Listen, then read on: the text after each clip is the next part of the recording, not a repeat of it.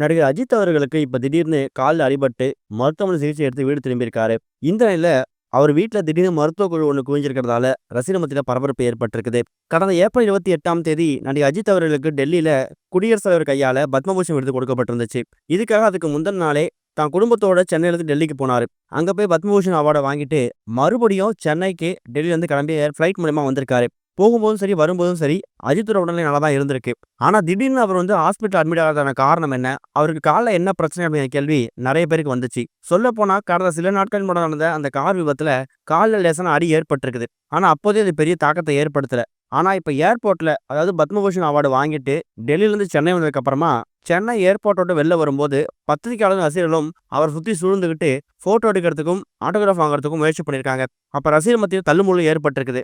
அப்ப எதிர்பாராத விதமா ரசிகர் கூட்டத்துல சிக்கின அஜித் எப்படியாவது அங்கிருந்து தப்பிச்சு வந்துடணும் அப்படிங்கிறதுக்காக எவ்வளவு முயற்சி செஞ்சு வந்திருக்காரு.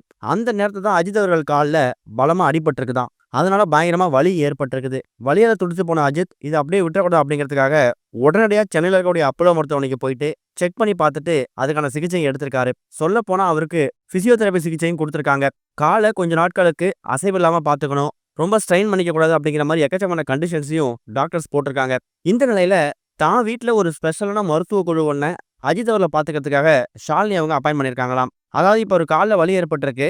இன்னொரு பக்கம் அவருக்கு பிசியோதெரபியும் குடுக்கணும். அது மட்டும் இல்லாம அடிக்கடி ஹாஸ்பிட்டல் வீட்டுக்கும், வீட்டுக்கு ஹாஸ்பிட்டலுக்கும் போயிட்டு இருக்க முடியாது. அதுவே கொஞ்சம் ஸ்ட்ரெயின் பண்ற மாரி தான் ஆகணும். இந்த மாரி சிச்சுவேஷன்ல தான் இவங்களுக்கு சிகிச்சை கொடுக்கக்கூடிய அந்த மெடிக்கல் டீம் கிட்ட அஜித்தோட மனைவி ஷாலினி கொஞ்சம் ரெக்வெஸ்ட் பண்ணி ஒரு 2, 3 டாக்டர்ஸ் அப்புறம் ஒரு நர்ஸ் இருக்கிற மாரி ஒரு மெடிக்கல் டீம, அதுவும் குறிப்பா இவருக்கு வீட்லயே பிசியோ பண்ற மாரி ஒரு மெடிக்கல் டீம வீட்ல இருந்து தயார் பண்ணி குடுங்க, அப்பாயின்ட்மென்ட் குடுங்க. அதுக்கு எவ்வளவு செலவானாலும் பரவாயில்லங்கிற முடிவுக்கு வந்ததுக்கு அப்புறம் தான், இப்ப அஜித் அவர்கள் நேத்து சிகிச்சை முடிஞ்சதுக்கு அப்புறமா வீடு திரும்பியிருக்காரு. வீடு திரும்பினதுக்கு அப்புறம் ஒரு மெடிக்கல் டீம், ஒரு மருத்துவ குழு ஒண்ண அவங்க எதிர்பார்த்த மாரியே டாக்டர்ஸ் அனுப்பி வச்சிருக்காங்க. இப்ப அந்த மருத்துவ குழு அஜித் அவர்கள் வீட்ல தான் தங்கியிருக்காங்களாம். அஜித் அவர்களுக்கு நேரத்துக்கு சரியா பிசியோ பண்றது, அவருக்கு தேவையான மெடிசின்ஸ் குடுக்கறது, பெயின் கில்லர் குடுக்கறது, அதே மாரி கால்ல எதுவும் வலி இருக்காங்கிறத செக் பண்றது, அப்படி ஒருவேளை வலி வந்தாலும் அதுக்கு ஃபர்ஸ்ட் எய்டா என்ன பண்ணுங்கிற மாதிரி எக்கச்சக்கமான விஷயங்கள அந்த முதலுதவி டீம் தான் பண்ணிட்டு இருக்காங்களாம். இந்த ஒரு விஷயத்தால அஜித் அவர்களுக்கு அவர் ஸ்ட்ரெயின் பண்ணக்கூடிய விஷயம் கொஞ்சம் குறைஞ்சிருக்குது.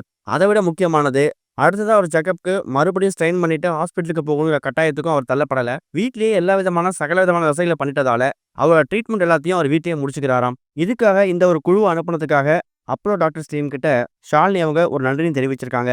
நேத்து ஈவினிங் அஜித் டிஸ்சார்ஜ் ஆனதுக்கு அப்புறமா நள்ளிரவுல மருத்துவ குழு அவங்க திடீர்னு அஜித் வீட்டுக்குள்ள போன விஷயம் ரசிகர் மத்தியில பரபரப்பை ஏற்படுத்தியிருக்குது.